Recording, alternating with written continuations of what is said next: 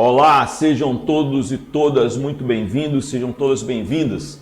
De acordo com dados do Cadastro Geral de Empregados e Desempregados, o CAGED do IBGE, as empresas do comércio de bens, serviços e turismo são responsáveis pela manutenção de mais de 300 mil postos de trabalho aqui no estado do Amazonas, ou seja, 69% dos empregos formais do Amazonas. O setor também é o maior arrecadador de ICMS, 53%, e outros tributos, com a maior área de abrangência, com atuação na capital e no interior do estado, sendo, portanto, a matriz econômica que atende e serve a população em todas as suas necessidades de consumo de bens e serviços.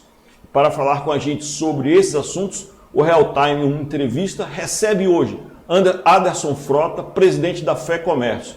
Presidente, seja muito bem-vindo, muito obrigado por atender o nosso pedido de entrevista. Eu já lhe pergunto, a Fé Comércio nesta terça-feira completa 68 anos de fundação, é também o Dia do Consumidor, e eu queria que o senhor falasse um pouquinho desse setor que, como nós podemos ver pelos dados do CAGED, emprega 3 vezes mais que o polo industrial de Manaus, que é a joia da coroa da economia amazonense. Muito obrigado. Muito obrigado, Gerson, muito obrigado. Eu quero saudar todos que nos assistem nessa emissora tão reputada, tão prestigiada que é Real Time. Quero dizer que é com muita satisfação que eu vim aqui para responder às indagações mais uma vez. E é muito importante porque você fez uma indagação muito pertinente, que nos permite começar dizendo o seguinte: o comércio não só é o maior empregador do estado do Amazonas, o comércio é quem está em todos os quadrantes do estado, em todos os quadrantes da capital, com a missão nobre e única de atender a população. Esse atendimento da população, a população, como ela está muito próxima, ela não percebe bem a importância do comércio e serviço. Esses dois segmentos têm uma responsabilidade muito grande. Somos nós, do nosso segmento, que levamos ao consumidor o atendimento, as mercadorias que necessitam, o fornecimento do crédito, a entrega sem nenhum custo e, acima de tudo, um atendimento com responsabilidade, com critério, acima de tudo, com muita isenção no tocante, um atendimento bem posicionado para atender a população. É por isso que nós nos deslocamos pelos quadrantes de todo o estado e principalmente da cidade de Manaus.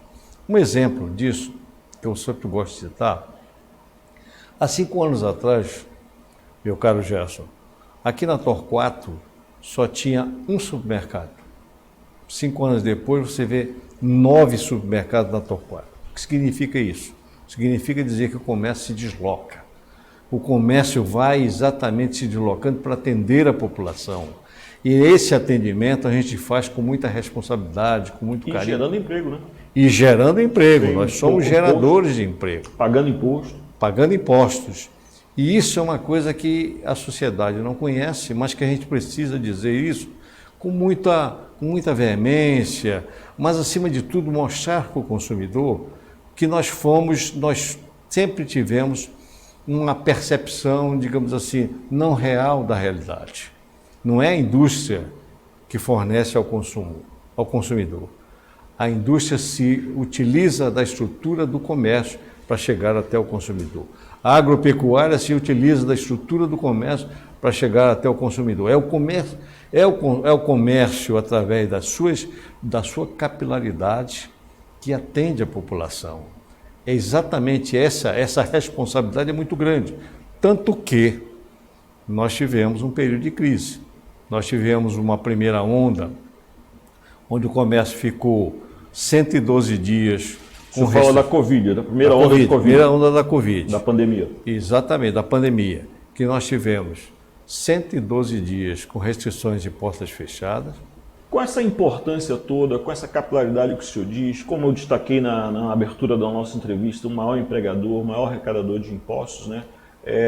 O comércio também é a parte mais sensível da nossa economia. Então ele sofre com a instabilidade. Nós temos instabilidade gerada pela política, instabilidade gerada pela situação internacional, pelo preço do dólar, que é a economia na veia. Como é que o comércio convive com essa instabilidade? Ela é prejudicial lá na ponta, lá na hora de vender para o consumidor? Olha, o consumidor hoje vive debaixo de uma série de dificuldades, digamos assim. Hoje nós temos um índice de inadimplência muito forte, isso retém, digamos assim, o próprio exercício do consumidor. Por quê? Porque com a inadimplência é exatamente aquilo, ele praticamente tem o seu crédito restringido por essas dificuldades. Hoje é uma cadeia de informações muito forte que inviabiliza qualquer tipo de consumidor que esteja... O senhor me permite interrompê-lo pela brutal falta de educação aqui, mas é porque esse dado também estava aqui na nossa pauta, que é, segundo o Serasa, 42,9% da população adulta está inadimplente na região norte, ou seja, quase a metade dos amazônidas vivem nos 7 estados da nossa região, estão devendo na praça. Por favor, continue. Isso é grave. Agora, por conta de quê? Nós tivemos uma série de agravantes. Nós tivemos o aumento dos juros bancários, que por sua vez respondeu a um aumento da taxa Selic, que por sua vez veio em decorrência do processo inflacionário provocado por uma série de fatores, escalada do dólar, aumento do barril do petróleo. Só para você ter uma ideia, o barril do petróleo em fevereiro de 2020 custava 15 dólares. Hoje já ultrapassou os 100 dólares há muito tempo, nós já estamos nos aproximando dos 150 dólares. E aí você vê, isso tudo repercute no custo de vida, repercute no frete, repercute no custo do transporte individual das pessoas e coletivo. Então, tudo isso vai acabar gerando uma série de dificuldades ao consumidor.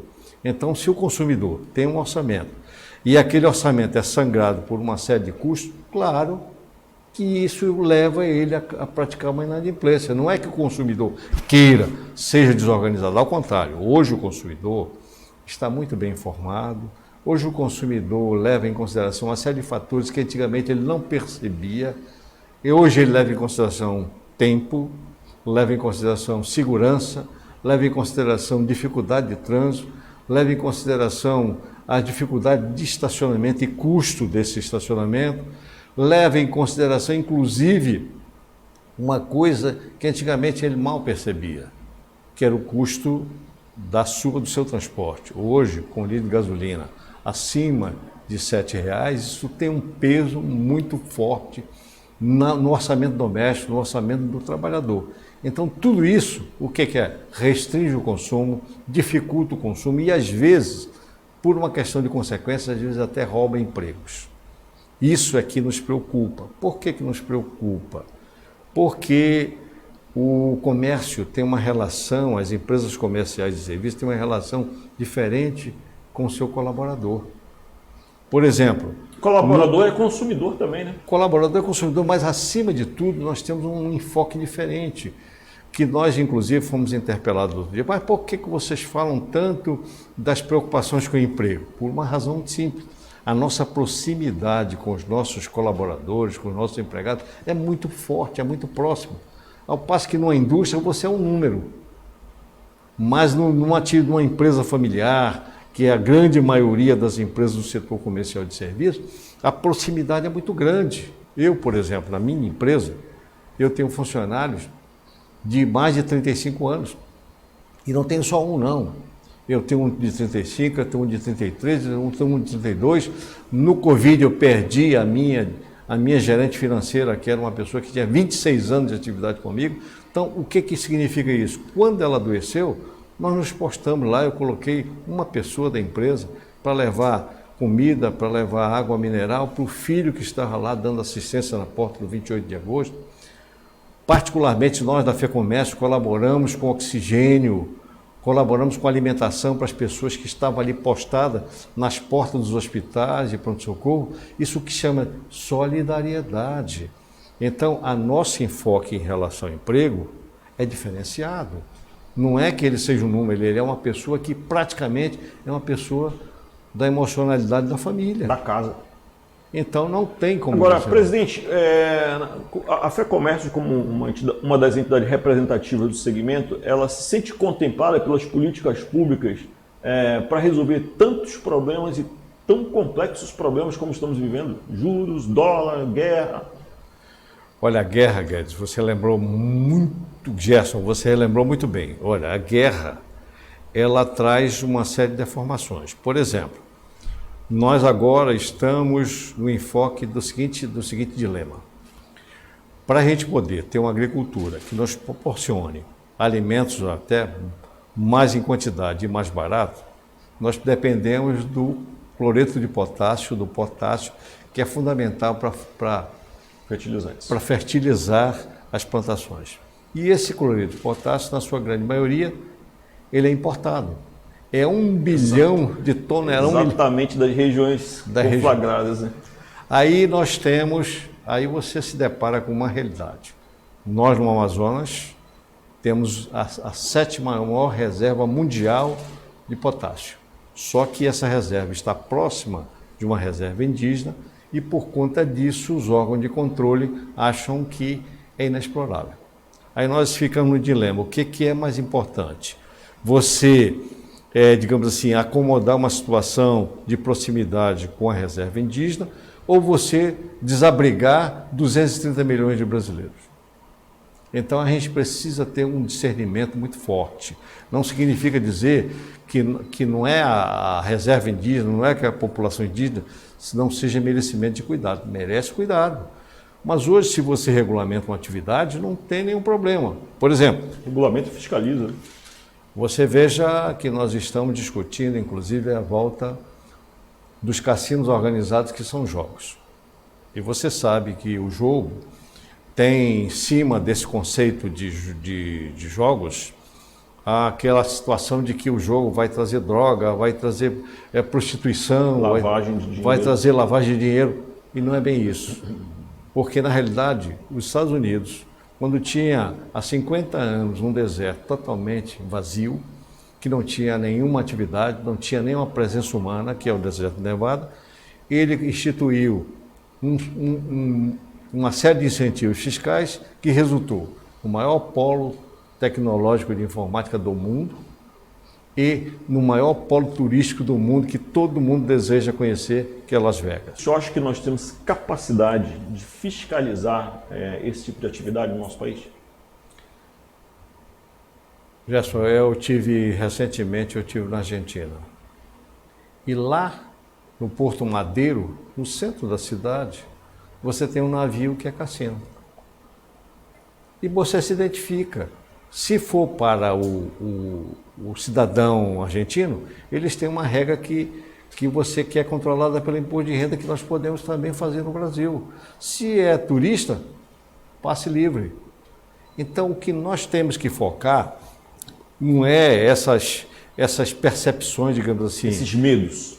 Esmeradas demais, sem perceber que, na realidade, o que nós buscamos é estabilidade. É estabilidade econômica, é geração de emprego, é qualidade de vida. Isso é que é fundamental que a gente assegure com a atividade econômica. Presidente, caminhando para o fim aqui da nossa entrevista, eu gostaria de saber do senhor como o senhor analisa esses 3 primeiros meses do ano, estamos já na metade de março, e como é que o senhor projeta esse ano, uma vez que nós tendemos a ter mais instabilidade com eleições, que são sempre momentos de tensões do nosso país. Como é que o senhor projeta a situação do comércio ao longo deste ano?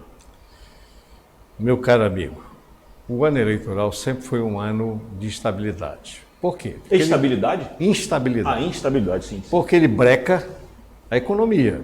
Não porque sabe ele o que vai breca dar. o governo. O governo tende a reduzir as suas atividades, tende a ter mais dificuldades para operar em relação às obras que tenta realizar, e aí ele fica contido.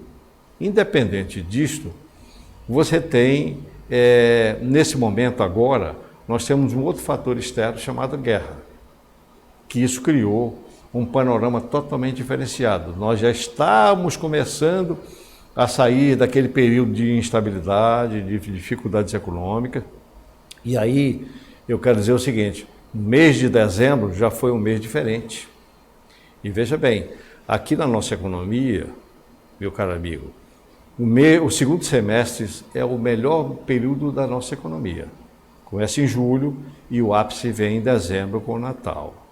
Nós já estamos experimentando um gostinho de recuperação, apesar de todos os traumas que nós tivemos com aumento de petróleo, aumento de juros, aquelas coisas todinhas que todos nós conhecemos.